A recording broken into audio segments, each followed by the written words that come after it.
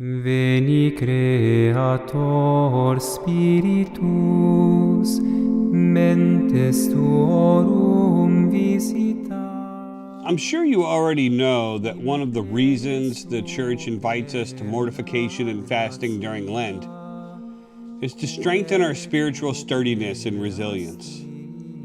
But how this comes about may elude us unless a clear cultural analysis is conducted. Human beings are embodied spirits, meaning we cannot conceive of humanity without invariably imagining a being with two necessary and interactive components, body and soul. Furthermore, the soul has been defined as the principle of life for all living beings in the human person in a distinguished way. This life is derived from the Spirit, which is God's dwelling place within us. When St. Irenaeus correctly pointed out that the glory of God is fully man alive. Moreover, man's life is the vision of God.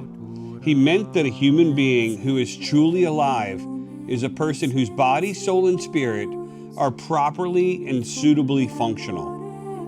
You can see that the function of the spirit is included in the component of the fully alive human being. What this implies is that the absence of the spirit in this triangular relationship makes one partially alive. One becomes partially alive when the person has only the natural mortal life, which enables only physical mobility and activities, while the real life, which is immortal and supernatural, is non-existent. This is what St. Paul meant when he said to the Ephesians, "You were dead in your transgressions and sins, in which you once lived, following the age of this world." Ephesians 2:1 and 2. We know this type of life is not identified by mere movement, but through meaning and fulfillment in God. The body and soul of a human person function well when each of them plays its role appropriately and efficiently. When the soul continuously receives life from the spirit and supplies it to the body as a partner, the human person becomes fully alive. When the soul's connection to the spirit is weak, and the body lives independently or controls the soul, a person's life becomes empty and devoid of meaning. It is important to note that the body is not our enemy, but an essential part of who we are. But under the body's control, the soul is so weakened that it confuses its identity with the body's and succumbs to all its desires without fulfilling its distinctive role of sieving and cutting off the excessive demands of the body. When this happens, human life becomes dysfunctional. Both St. Paul and St. Peter showed us the tug of war that happens when this situation occurs.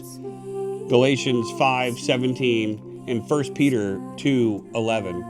Fasting and mortification help free the body's heavy hold over the soul. It empowers the soul to regain its strength and its connecting power to the spirit, its source of true life. When we fast or deprive ourselves of some goodies for the spiritual purposes, we weaken the body's strong grip and passionate domination over the soul. As soon as the soul is liberated, it subjects itself to the spirit, becomes alive and functional, and so restores the function in order ruptured by the domination of the body. Let us strive to be fully alive to the glory of God by adopting some form of fasting and self-denial this season of Lent. May God bless you all.